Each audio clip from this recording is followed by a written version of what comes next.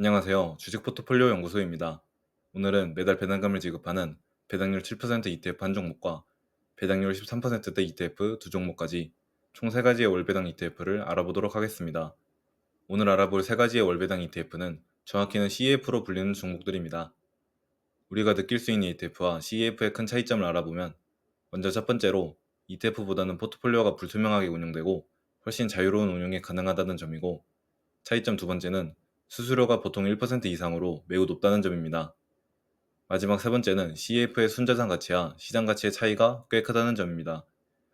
위 세 가지의 차이점을 통해 열심히 공부하고 투자한다면 단기간에도 꽤나 좋은 성과를 기록할 수 있습니다. 따라서 우리가 CEF에 투자하기 전에 ETF보다 추가로 확인해야 할 것은, 첫 번째로 CEF가 추구하는 목표입니다. 아무래도 운영이 ETF보다 훨씬 자유로운 편이기 때문에 내가 투자하는 CEF의 목표가 내 투자 목적에 맞는지 확인해야 됩니다. 그리고 두 번째로는 수수료가 대부분 1% 이상으로 높은 편이기 때문에 반드시 자세히 알아봐야 하고, 마지막 세 번째로는 순자산 가치와 시장 가치의 차이를 확인해야 합니다. CF의 경우 보통 한 주당 순자산 가치와 시장에서 평가받는 한 주당 가치 사이에 큰 괴리가 발생하기 때문입니다. 그리고 CF마다 레버리지를 어느 정도 사용하기 때문에 더욱 성과가 극명하게 나뉜다는 점 역시 주의해야 합니다. 그럼 이제 본격적으로 월배당 CF 세 가지를 알아보겠습니다. 오늘 소개해드릴 첫 번째 월배당 CEF는 바로 CSQ입니다. 회사 홈페이지에 나와 있는 설명을 보면 주식, 전환사채, 채권에 투자하는 CEF이고, 추구하는 목표는 일관된 월별 분배를 목표로 하고 주식에 최소 50% 이상의 비중을 투자한다고 합니다. 그리고 높은 수익을 위해 필요할 때 레버리지를 사용한다고 하며, 월별 분배, 액티브한 주식 투자, 낮은 변동성을 원하는 투자자들에게 해당 CEF가 적합하다고 운용사는 설명합니다. 기본적인 펀드 데이터를 보면 3월 31일 기준으로 일반 주식의 70% 비중으로 투자하고 있고, 레버리지 비율은 30.56%, 총 수수료는 2.74%입니다. 수수료 상세 내용을 보니 기본 수수료가 1% 내외이고 레버리지 관련 수수료가 1.69%인 점을 확인할 수 있었습니다. 다음으로 CSQ의 섹터별 비중과 구성 종목을 보면 대부분 미국 상위 종목에 투자하고 있다는 점을 알 수 있습니다. 마이크로소프트, 애플, 엔비디아 등 빅테크 기업에도 투자하는 만큼 정보기술 섹터의 비중이 높은 편이고, 금융섹터와 헬스케어 섹터가 그 뒤를 잇고 있습니다. 상당히 S&P 500과 비슷한 느낌이 나는 포트폴리오인 것 같습니다. 국가별 비중은 역시나 미국이 95.5%로 가장 높고, 채권 신용 등급은 대체로 낮은 편으로 리스크를 어느 정도 감수하면서 고수익을 추구하는 것 같습니다. CSQ의 현재 배당률은 7.83%로 매월 말에 한 주당 0.1달러 정도를 지급해주고 있으며, 배당 내역을 보시다시피 배당금 변동이 어느 정도 있는 편이지만 2010년 이후부터는 배당금이 계속 증가하는 추세임을 알 수 있습니다. 배당 기준일은 매월 초중순이고, 100만원 투자 시 매달 5천원 정도를, 1000만원 투자 시 매달 5만원 정도를, 1억원 투자 시 매달 55만원 정도를 수령하실 수 있습니다. CSQ와 S&P 500 ETF인 VO의 과거 데이터를 비교해보면 연평균 수익률은 둘 다 13% 정도로 비슷하고, 최대 낙폭은 CSQ가 7%가량 더 높은 것을 알 수 있습니다. 안정성은 VO에 비해 살짝 떨어지긴 하지만 매달 세후로 6%에 달하는 배당금을 받으며, 이 정도의 성과를 낼 수 있다면 현금 흐름이 필요한 투자자에게는 충분히 매력적인 투자처라고 생각합니다. 마지막으로 순자산 가치와 시장 가치를 비교해보면 현재 시장에서 평가받는 한 주당 가치는 15.86달러이고 한 주당 순자산 가치는 16.23달러로 2.28% 할인되어 거래되고 있습니다. 52주 평균으로 1.66% 할인되어 거래되기 때문에 현재 가격은 0.6% 정도 더 할인되어 있는 가격이라고 판단할 수 있습니다. 그럼 이제 두 번째 월배당 CEF를 알아보도록 하겠습니다. 오늘 알아볼 두 번째 CEF는 PDI입니다. PDI는 1차 목표가 현금 흐름 창출이고 2차 목표가 전체 자산의 증가인 CEF이며, 포트폴리오는 선진국과 신흥국의 국채, 회사채, 모기지 관련 채권 등 각종 채권으로 이루어져 있습니다. 운용사는 1971년부터 경험이 있는 꽤나 긴 역사의 회사입니다. 기본적인 펀드 데이터를 보면 3월 31일 기준으로 레버리지 비율은 앞서 알아본 CSQ보다 10%가량 더 높은 39.54%, 총 수수료는 5.11%입니다.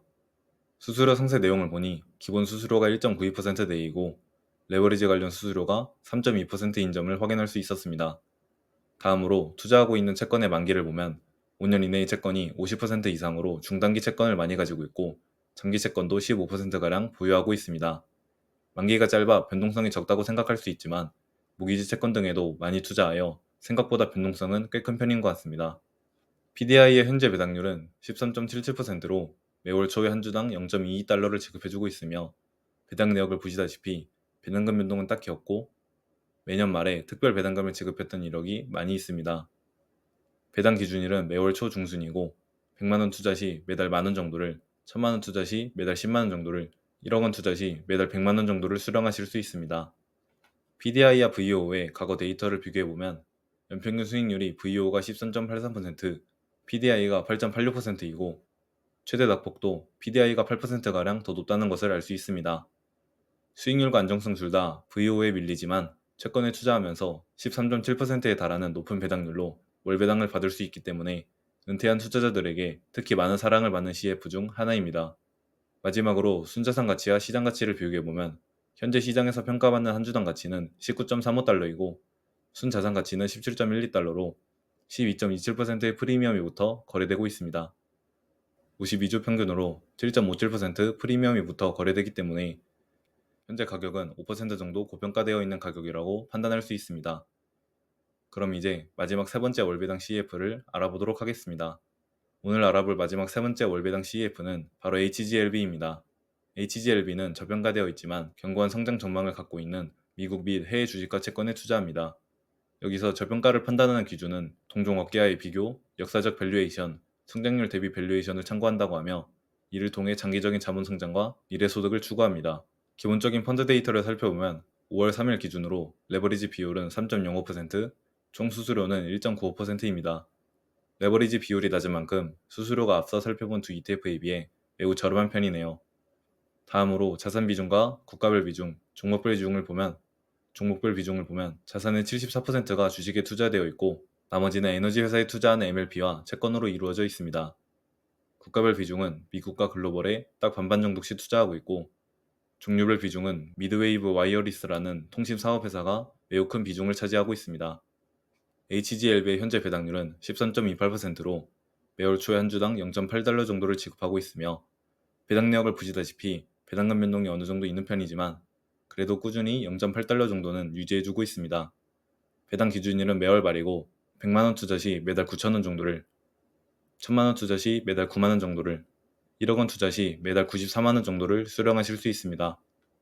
HGLB와 VO의 과거 데이터를 비교해보면 연평균 수익률은 VO가 12.46%, HGLB가 7.38%이고 최대 낙폭도 HGLB가 50%에 달할 정도로 수익률도 밀리고 변동성도 크지만 VO의 수익률을 뛰어넘었던 구간도 분명히 존재하는 만큼 포텐셜이 있고 순자산 가치와 시장 가치를 비교해보면 현재 시장에서 평가받는 한 주당 가치는 7.32달러이고 순자산 가치는 11.45달러로 무려 36%나 할인되어 거래되고 있습니다. 52주 평균적으로 29% 정도 할인되어 거래되기 때문에 현재 가격은 7% 정도 더 할인되어 있는 가격이라고 판단할 수 있습니다. 아까 구성 종목을 봤다시피 한 종목당 비중도 굉장히 높고 최근 성과가 부진한 만큼 시장 평가가 좋지 못한 것 같은데 매달 배당금을 충분히 많이 주기 때문에 이렇게 52주 평균보다도 저렴하게 거래될 때는 소량씩 담아볼 만한 CEF라고 생각합니다.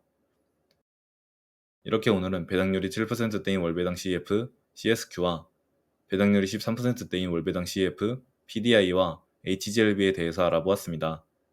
모두 높은 배당률로 꾸준히 배당금을 지급해주는 만큼 순자산 가치와 시장 가치의 차이가 커질 때마다 조금씩 담아두면 현금 흐름도 많이 늘어나고 모아가는 재미도 충분히 있을 것 같습니다.